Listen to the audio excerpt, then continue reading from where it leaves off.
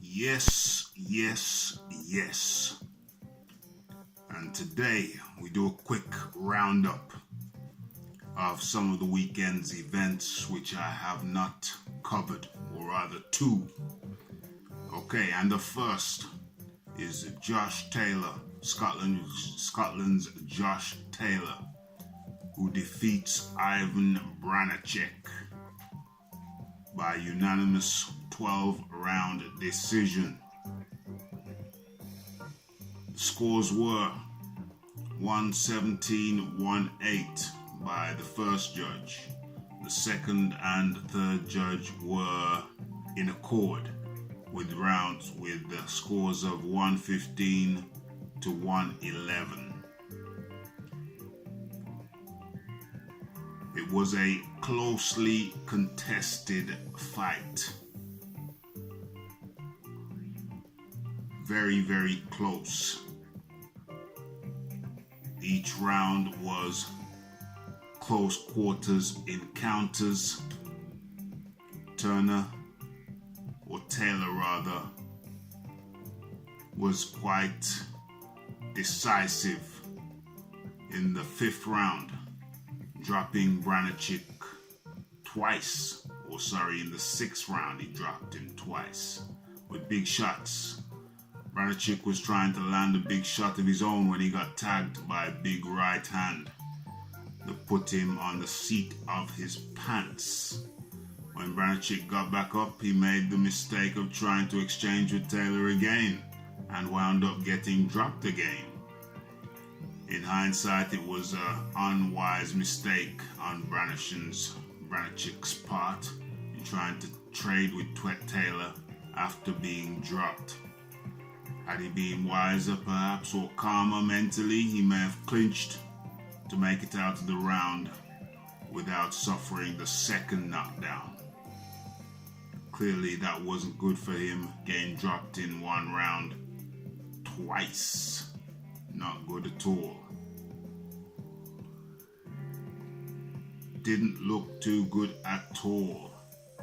After the fight, Taylor said it could have been an easier fight for him if he'd boxed more instead of mixing it up with Branacek. It looked like Taylor had no choice to mix it up, however, since Branacek was coming forward all night long. Taylor couldn't move backwards all night. Perhaps if his skills were a little bit more silky rather than brawly that night, he could have been a tad more evasive. Taylor got away with some kind of techniques that some might call fouling, such as hitting on the break, using the shoulder to move Branacek, bumping him in the head, and was using his forearms. Not the prettiest sight, pretty gritty, and with a different referee, he could have suffered points deductions. However, the victory for the 28-year-old Taylor moves him into the final of the WBSS 140-pound tournament to face Regis Prograis, who is 24-0 with 20 knockouts. Regis was there on hand to face off with Taylor in the ring afterwards and said, "This is a dream come true. I'm over the moon," said Taylor. "I took more risks than I should have and switched off a couple of times. It could have been easier." So that was Taylor's fight against Branacek, which made him a world champion and progresses him into the finals of the World 140-pound WWBS tournament. Okay, so that taken care of, we move on to Billy Joe Saunders. Now, let's hear what the father of Tyson Fury had to say about Billy Joe Saunders becoming a world champion again. Yeah, you're not going to beat skill like that. The movement, the reflexes are spot on. You know, at the end of the day, Billy's a talented fighter, and it shows, because the other kid was a world-class fighter with a big punch, and he was dangerous till the very end, but you're not going to get near skill like that.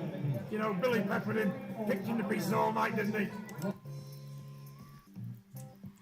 So that was Tyson Fury's father talking about Billy Joe Saunders' victory against Shifat Isufi to become the new WBO super middleweight champion. Now, Billy Joe, where are we? Let's have a look at let's get his picture up. No, not that one. There we are. Or better still. No, same thing, really.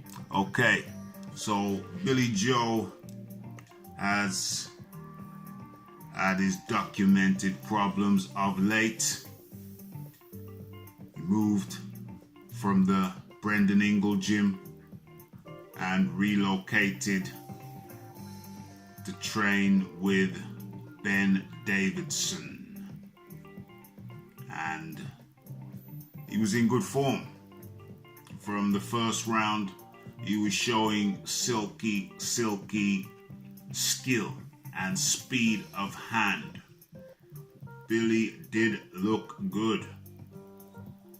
It was a 12-round decision. The fight went the whole way. Billy controlled the contest from the off, picking his shots with ease, and was seemingly destined for an early stoppage.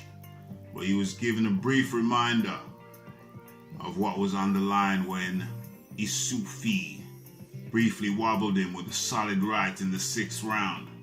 A moment of carelessness that no doubt prompted trainer Ben Davidson to read the riot act to Saunders. Saunders took a round to refocus, but then picked up from where he left off, effortlessly tagging his opponent while carefully avoiding everything thrown his way. In the end, he was a class above his opponent, securing a comfortable majority points decision. Saunders becomes a 2-weight world champion at the first time of asking, and has already talked up the compelling possibility of a unification bout with fellow Brit and WBA champion Callum Smith. So, UK has 2 new world champions to add to the list. Billy Joe said he is being revitalized by a change of trainer as he attempts to become a 2-weight champion, or as he became the 2-weight champion. So, there we have it. Nice and quick assessment. Billy Joe coming back from a terrible year, as he puts it, where he was hit with a fine of £100,000 for bringing the sport into disrepute after taunting a female drug user and offering her cash to perform an act of a sexual nature. So, he's put that behind him, bought a red Ferrari to match Tyson Fury's red Ferrari, and he is now back on track. Of course, he had the drug PED suspension for a few months, but as we say, that is now behind him. That was 2018. This is now 2019. He is now a WBO world champion again, and looking to move forward, upwards and onwards. So UK has 2 new world champions that I felt I should report on. This is Raphael Dawkins, Combat Radio. If you have not subscribed already, please kindly do so. It's Raphael Dawkins, Combat Radio. Like, subscribe, comment, and share. And with that, I am out.